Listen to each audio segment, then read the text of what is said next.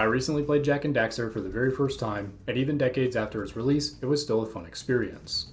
I didn't just enjoy beating it, but I also completed 100% and mastered the game's retro achievement set. But unlike most games covered on this channel, this set didn't have too many additional tasks, but one of them clearly stands out from the rest, and that's Orb Aversion. Completing the game with 25 or less Precursor Orbs collected. But I wanted to go beyond that. I wanted to complete the Precursor Legacy with 0 Precursor Orbs.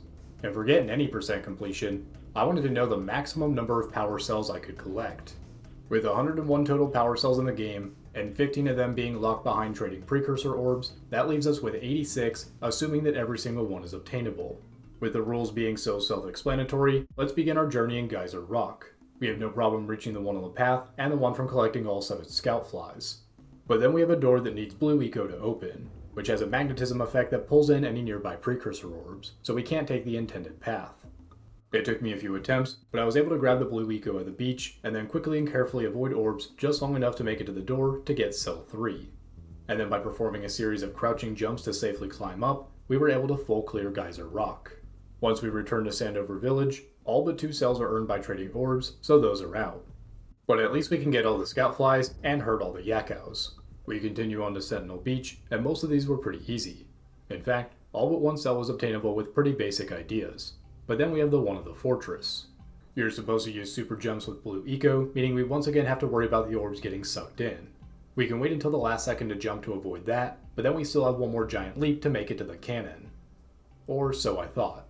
I actually just needed several smaller jumps instead. We can perform a rolling jump to make it here, and then it turns out that the window geometry is a bit janky, so we can jump our way on top of it, crouch jump up to here, and then make our way to the top to full clear Sentinel Beach. But things got a bit more tricky in the Forbidden Jungle. Our jumps get a bit more precise, but nothing too awful just yet. This scout fly here ended up being a problem though. You can't reach it via the normal path orbless, but thankfully you can drop down from the top and spin to the safe side as you fall. But it turns out if you save this scout fly for last, then the power cell spawns right into a Precursor Orb. But thankfully I've been making backup saves before starting each new level, so I didn't lose too much progress. We pick a better spot the second time around, and nothing else on the outside of this level was a problem. So we make our way inside, dodge orbs without a problem, and then defeat the boss, making this another full course clear. So now it's just time to leave, and... oh, that's not good. You're supposed to leave by jumping out with blue eco, which has orbs at the top of the path that you'll touch regardless of whether you're magnetized or not. But if I die or reload when underground, I just start off inside again. For a moment I was worried I'd have to restart the level again, but thankfully there was a surprisingly easy solution. We start the jump, pause right before touching an orb, and then save and reload. The game considers us outside at this point, and it spawns us at the beginning of the level, allowing us to leave orbless. Next stop is Misty Island, and this ended up being the easiest level in the entire game. A decently angled jump here and there, and then one small but simple challenge with lining up the zoomer just right, but thanks to the cell's generous hitbox, Misty Island is another full level orbless clear. Fire Canyon more or less plays exactly the same, so we had no problem getting the 2 power cells. But then for Rock Village, 5 of the power cells are tied to trading orbs, so all we can get are the scout flies. From here we have 3 level choices, all of which are going to require some distinct tricks. I chose Precursor Basin first, and this was the first moment where I began to question my ability to complete this challenge, because it became apparent pretty quickly that I have the skill level of someone who's only played through this game once before.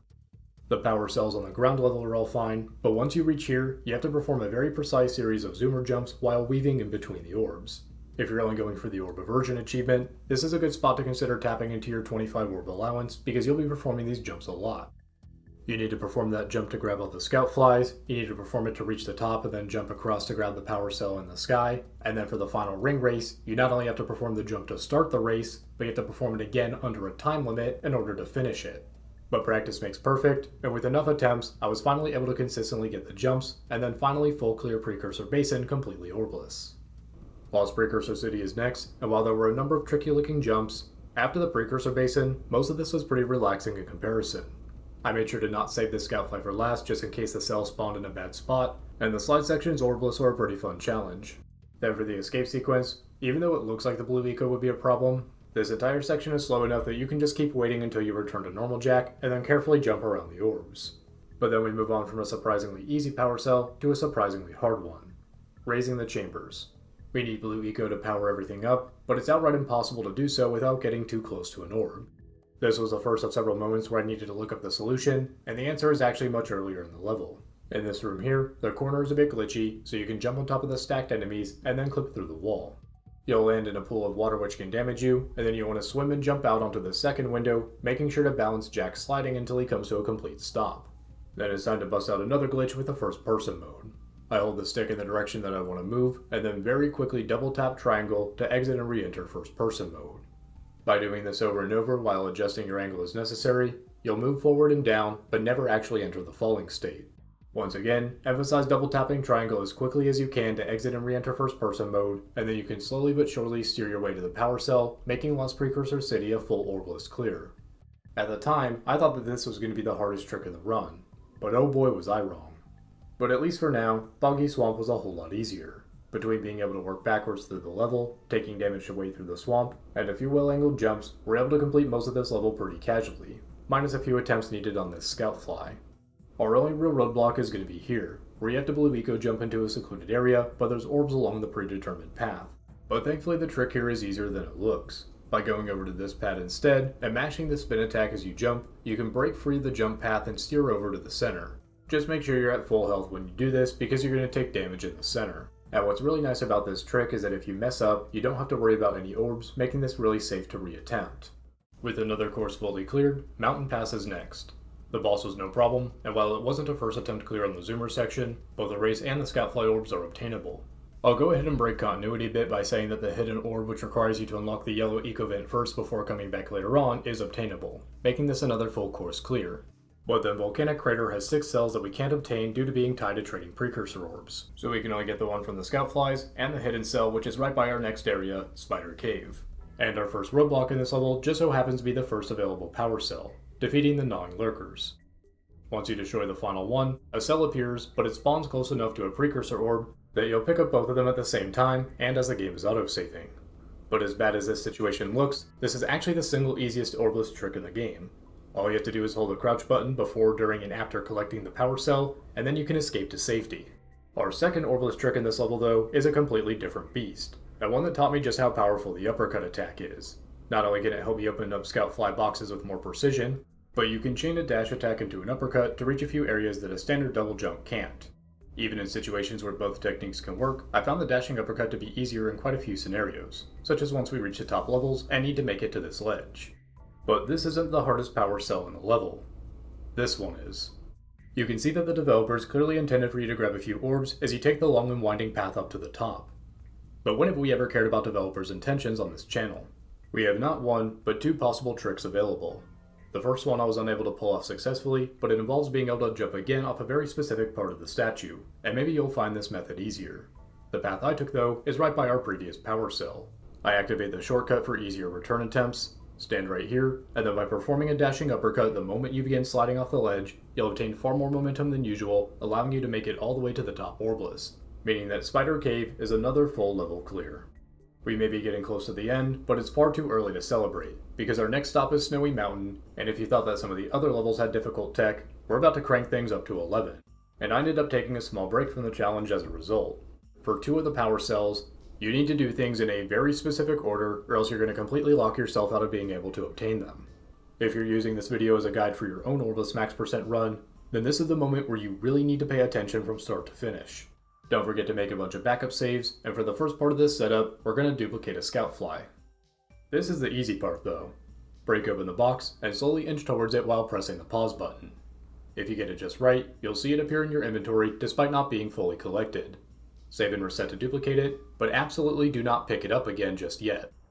Then for part 2, you need to be certain that this is a 7th scout fly you collect, because if the power cell spawns in any other location, you're locked out of the setup. Then for part 3, you need to spawn this ice lurker and lure it all the way over to the power cell. And now, it is time for what is by far the single hardest trick in an orbless max % run.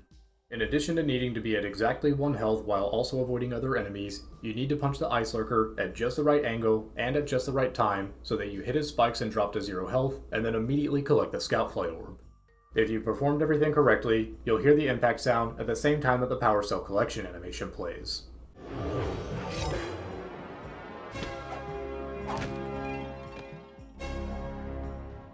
And And the end result is that Jak and Daxter will now be in a half-dead state, which prevents them from collecting anything, including Precursor Orbs. Which means that the previously believed to be impossible to collect power cell from activating the pressure switches can in fact be collected orbless. But until you spawn this power cell, do not take damage, do not fall off a cliff, do not save and reload, do not pass go, do not collect $200, and do not bump into anything at all, or else you'll lose your intangibility state and start collecting orbs again. Which also means you would need to reload a save prior to performing the Ice Lurker glitch. Once we spawn the pressure switch power cell, we can't collect it while half dead, so now is the time to save and reload. Upon collecting this power cell, you may think that we now have a full course clear, but there's still one problem remaining. By performing the Ice Lurker glitch, the death properties took priority. So even though we watched Jak and Daxter dance as they grabbed the Scout Fly power cell, not only was it not added to our inventory, but it's now completely gone. And this nasty little side effect is exactly why we duplicated that Scout Fly earlier on. Because the Scout Fly there has now turned into a power cell, allowing us to compensate for the one that we deleted during the Ice Lurker glitch. Shout out to Milanista00, because if it wasn't for their speedrunning VODs, I would have had no clue that these glitches even existed. We leave the level, and our next stop is the lava tube, which requires 72 power cells to enter. We not only have more than enough at this point, but we also easily pick up an additional 2 power cells while heading across, making this another full clear. But the final area of the game, Gall and Maia Citadel, has a lot of precise platforming to it, and multiple sections that would be outright impossible to pass through without touching a Precursor Orb. So there would need to be a massive oversight that allows us to skip everything in order to free all of the Sages Orbless. Thankfully, there's a massive oversight that allows us to skip everything in order to free all of the Sages Orbless. Make your backup saves as needed, and once you enter for the first time and view the initial cutscene, immediately save and reload afterwards, and you'll appear at the very top of the Citadel. But wait, it gets even better. We can't grab this power cell just yet on an Orbless max % run or else it'll lock us out of other power cells, but we can ride the machinery down to each Sage, get an autosave with each power cell we collect, and then load that save again to once again reappear at the very top of the Citadel. Which means that we can easily free the first 3 Sages without any of the traditional platforming, and then after unlocking the intended path to the top, once again use the ability to work backwards to grab all 7 Scout Flies. After that, we make our way to the top again, grab the final power cell, watch the cutscene, make our way to the final boss, and then... Wait, what? When did that happen? It turns out that as you grab this power cell, you also collect a Precursor Orb nearby at the exact same time that the game autosaves.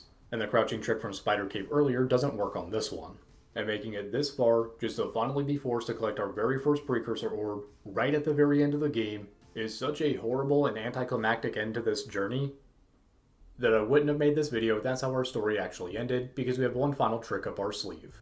When you break open the container, if you pause the game at the exact moment that the power cell touches the ground, you have a very small window in which it gets added to your inventory, but before you get warped to collect it, allowing us to save and reload, skip the next cutscene, make our way to the final boss, and then mark the end of our Jak and Daxter Orbless max % journey.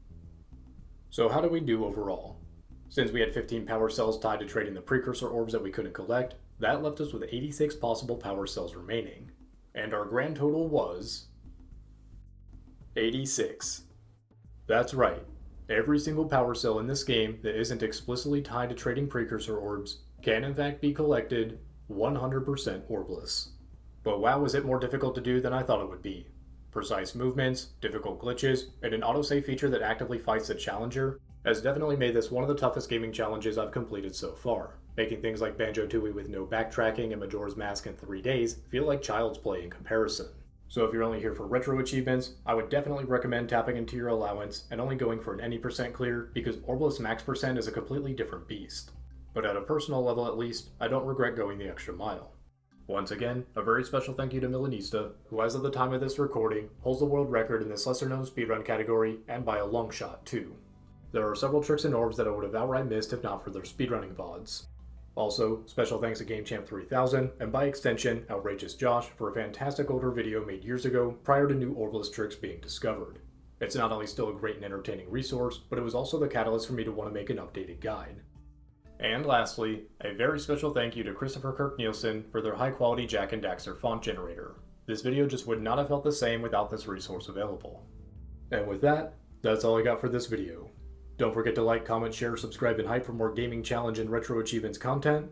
And until next time,